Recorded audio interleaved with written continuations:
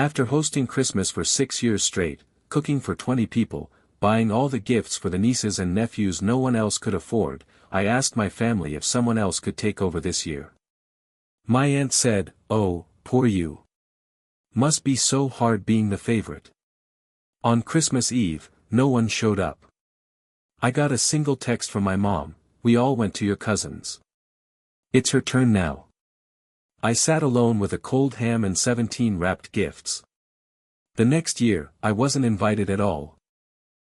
Until my cousin called crying that morning saying, "You were right about them, I'm not good at being selfish. I never have been. I grew up in a family where whoever was the most responsible always got stuck with everything."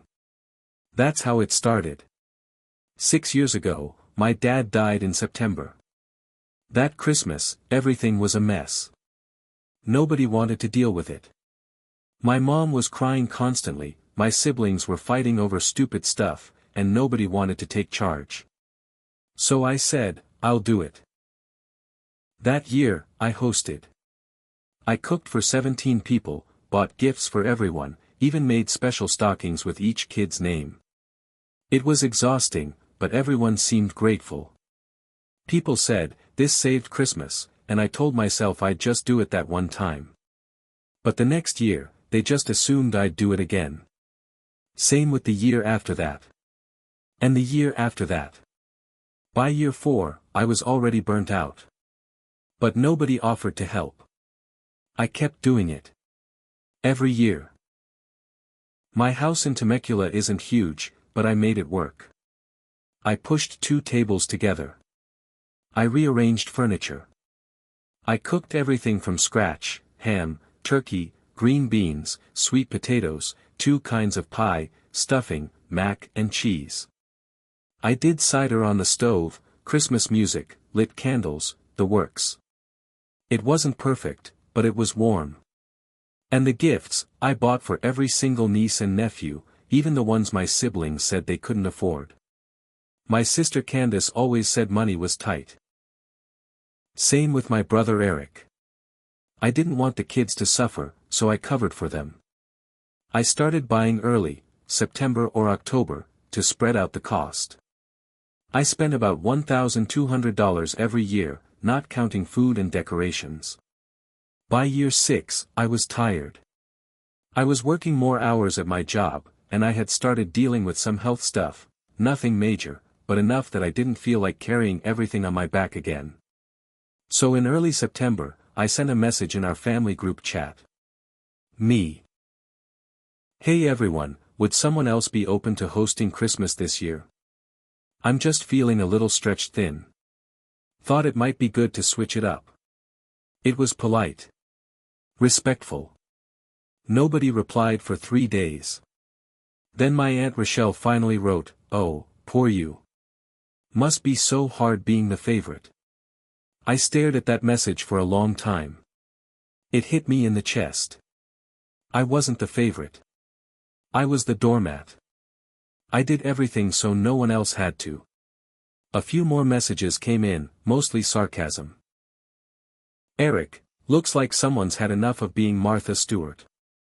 Candace, "LOL, okay, who's making the ham then?" Not it. I didn't argue. I just said, "Cool. I'll sit this one out." That was it. No drama. No fight. I figured someone would step up eventually. I still bought some gifts for the kids. Habit, I guess. I got a ham, thinking maybe someone would change their mind or we'd at least do something small. Christmas Eve came. I made cider. Lit the tree. Wrapped 17 gifts. My dog Henry was running around the house like he always did when he smelled food. I waited all day. No one came.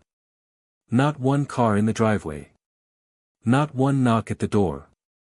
Not even a phone call. Around 6:30 p.m., I checked my phone. One message. From my mom. "We all went to your cousin Mia's. It's her turn now." I sat down in the kitchen and read that message over and over. I didn't even know Mia was hosting. Nobody told me. No invite. No heads up. Just that text. I didn't reply. I didn't cry. I just sat there. I cut a slice of ham, poured a glass of wine, and sat on the couch with Henry. I watched It's a Wonderful Life and tried not to feel anything. The house was so quiet. You don't realize how loud Christmas is until it's silent. I didn't reach out after that. I didn't call anyone for New Year's.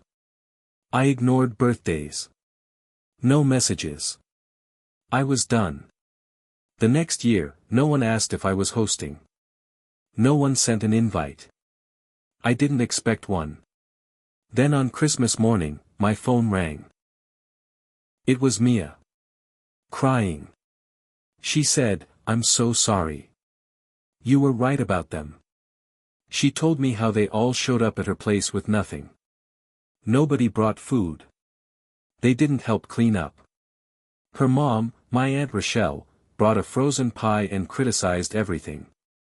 Uncle Ray got drunk and cursed at her because she forgot cranberry sauce. Eric left early and took all the beer he brought with him. Candace's kids trashed Mia's bathroom. Someone let the dog out. Nobody even said thank you. She was crying so hard she couldn't breathe right. I thought it would be special, she said. I thought they'd help. I didn't say much. She asked if she could come over. I said yes. She brought her 2 boys. I gave them presents I'd saved from last year, still wrapped, still with their names. We ate cold ham. That night, Mia sat on my back porch with me.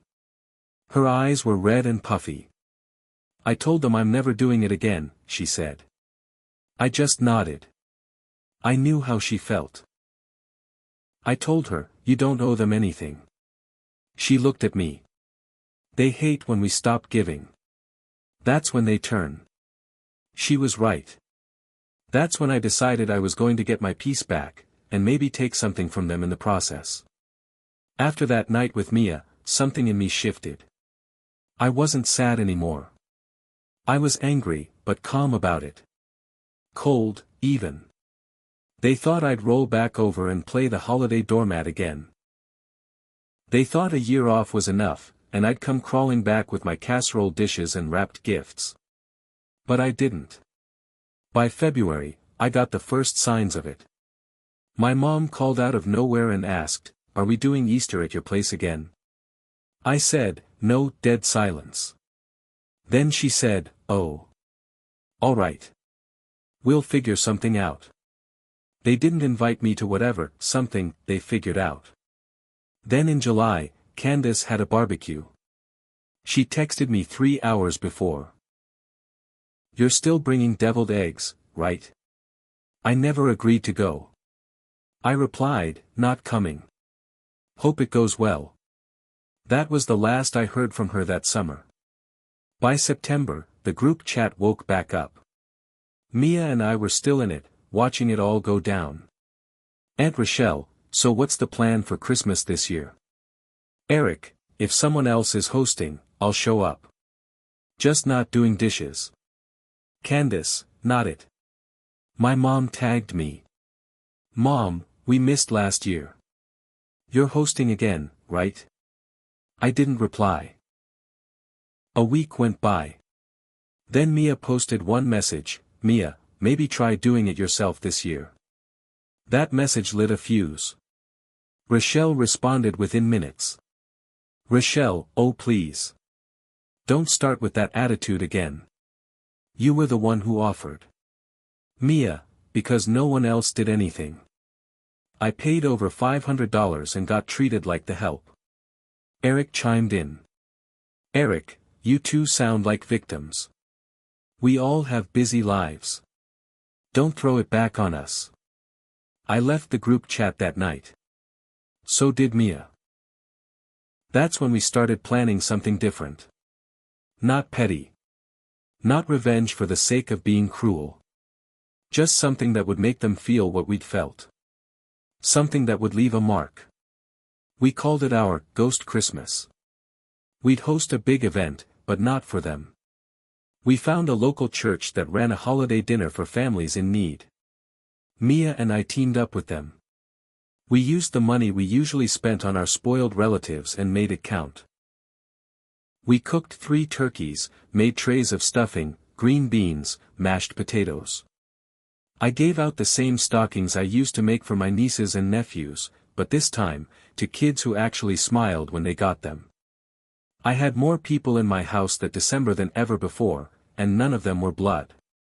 It was peaceful. Warm. Honest. The day after Christmas, I finally got a text from Candace. Heard you hosted something this year. Cute. Then from my mom, we stopped by. No one was home. I didn't reply. They could wonder. They could stew.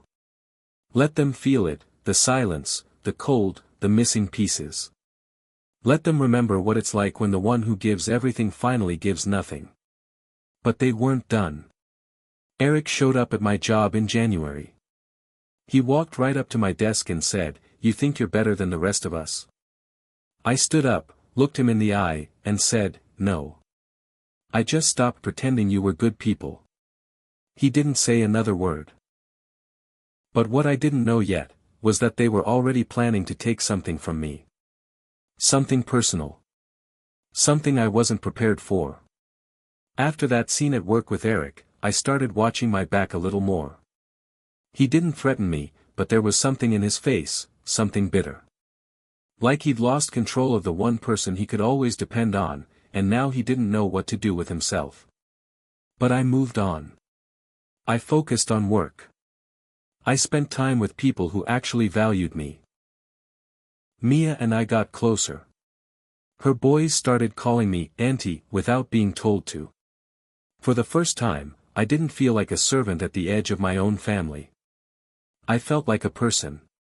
Then March came. That's when I got the letter. It was from a lawyer. I thought it was a mistake at first. But no, Eric and Candace had hired someone to contest our dad's estate. Here's the thing, my dad didn't leave behind millions. He had a small house, some savings, a paid-off truck. But years ago, he'd made it clear, he left the house to me. In his will. I took care of him during his last years. I was the one who sat with him through his chemo, changed his sheets when he was too weak to stand, made him laugh when he had nothing left. Everyone knew it. No one said a word when he passed. Until now. Candace and Eric claimed the will was unfair. They wanted the house sold and the money split. They said I manipulated our dad.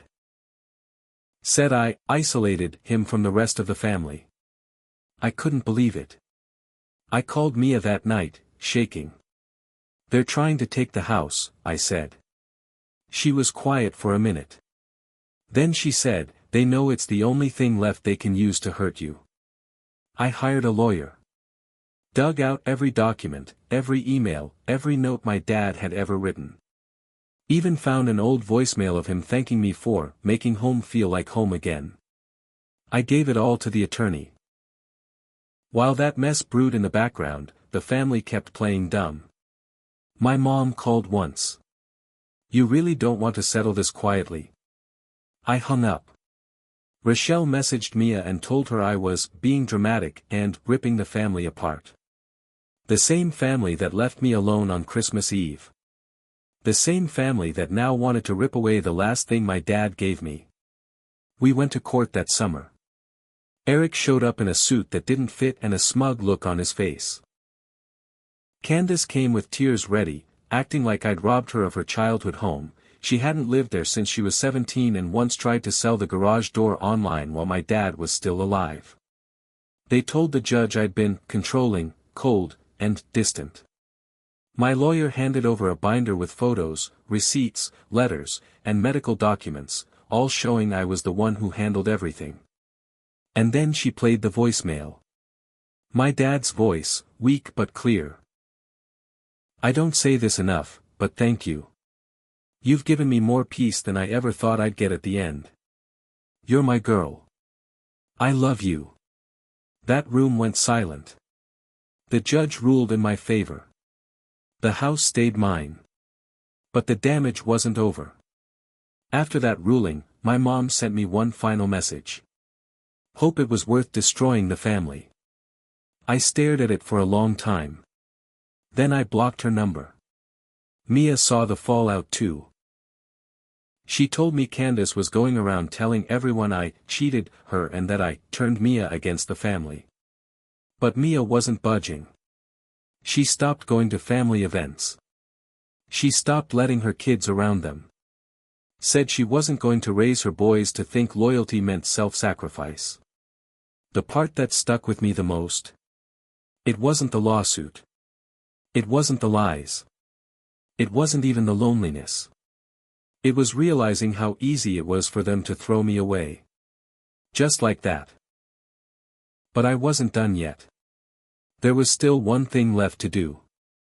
Something they didn't see coming.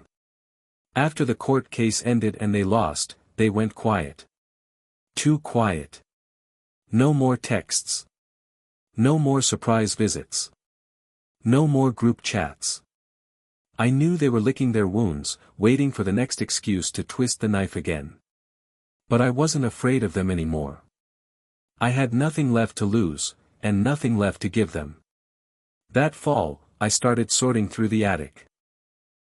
Just a routine cleanup, or so I thought. But I came across an old cardboard box I didn't recognize. Inside were letters, dozens of them. Most were from my dad to my mom, from years ago. But tucked in the back was a folder with my name on it. There was a handwritten note from him, dated 4 months before he died. He must have written it while I was out getting his medicine. If you're reading this, it means they came after you. I'm sorry. I wish I could have shielded you more. I know who they are, and I know you already do too. You were never the favorite, you were just the only one who stayed. Don't forget who you are. And don't let them tell you what family means. I cried hard that night. It was like he reached across time just to put his hand on my shoulder one more time. That's when I knew what I had to do. Christmas came around again. Year 3 since the cousin switch. I got a few texts leading up to it. Mom, are you really not coming this year? Candace. You can bring a side dish if you want. Just let me know. Eric, we're doing a gift exchange.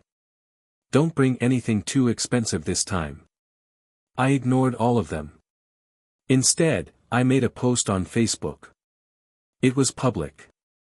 Just a photo of my living room decorated like it used to be, stockings, tree, cider on the stove. Henry sitting by the fire. And this caption, hosting again this year. Same food, same love, same warmth. Just not for the same people. Within an hour, I had 3 messages from neighbors. 2 coworkers. Mia shared it too, and more people asked if they could come. I said yes. By the time Christmas Eve arrived, I had a full house.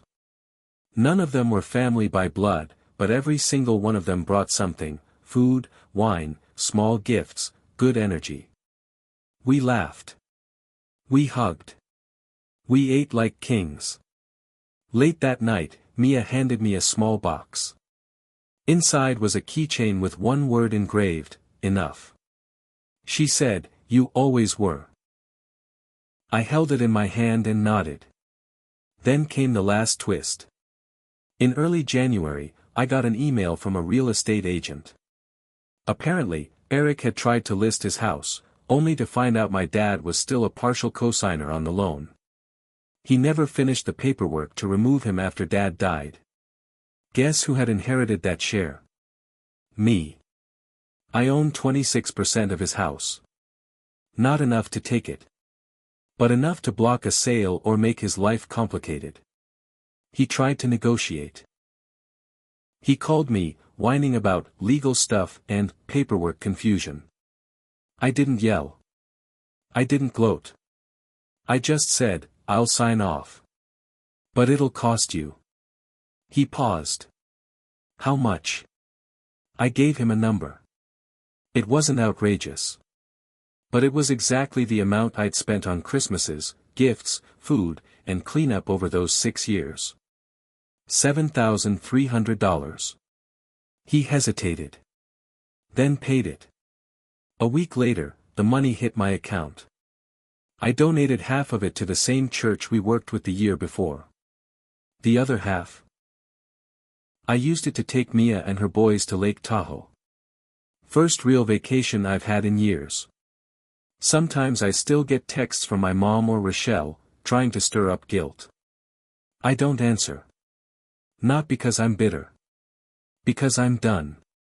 They made their choice when they left me sitting alone with a cold ham and 17 wrapped gifts. And I made mine when I finally stopped pretending they were worth that kind of love. Family isn't who you're born to.